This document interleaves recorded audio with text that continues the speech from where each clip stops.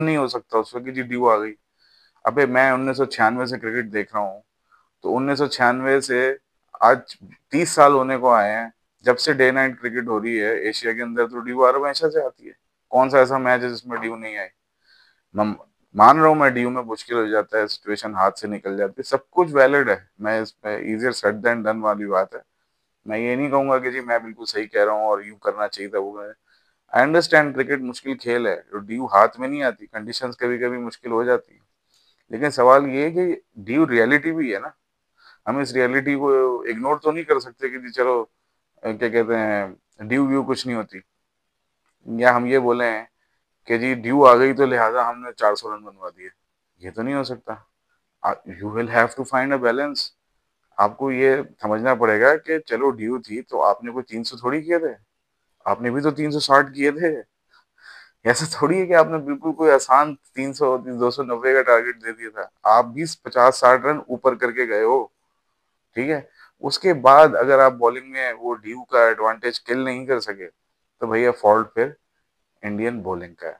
और मैंने ये सीरीज का स्क्वाड जब पहले दिन देखा था ओडीआई का, मैंने कह दिया था कि इंडिया को पकड़ लेगी साउथ अफ्रीका। उसकी वजह क्या है कि दो मैच विनिंग बॉलर हैं इनके, बुमराह और कुलदीप, उसमें से एक इन्होंने शॉट कर दिया। कुछ हद तक सिराज भी इम्पैक्ट डाल देता है, उसे भी शॉट कर दिया।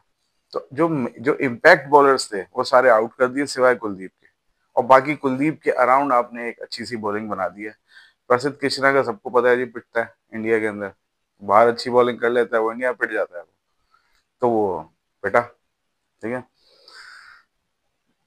हर्षित राणा पिछले मैच में अच्छी बॉलिंग करी, मैंने फिर कहा ये एवरेज बॉलर है। बॉलिंग करने के बाद मैंने कहा, अच्छी बॉलिंग करने के बाद मैंने कहा ये एवरेज बॉलर है। आज देख लो भैया क्या हुआ। वो जोर बहुत लगाता है, हार्ड वर्किंग क्रिकेटर है, नजर आता है उसका पैशन। लेकिन है वो एवरेज यार। नहीं है वो बुमराह, नहीं है वो सिराज।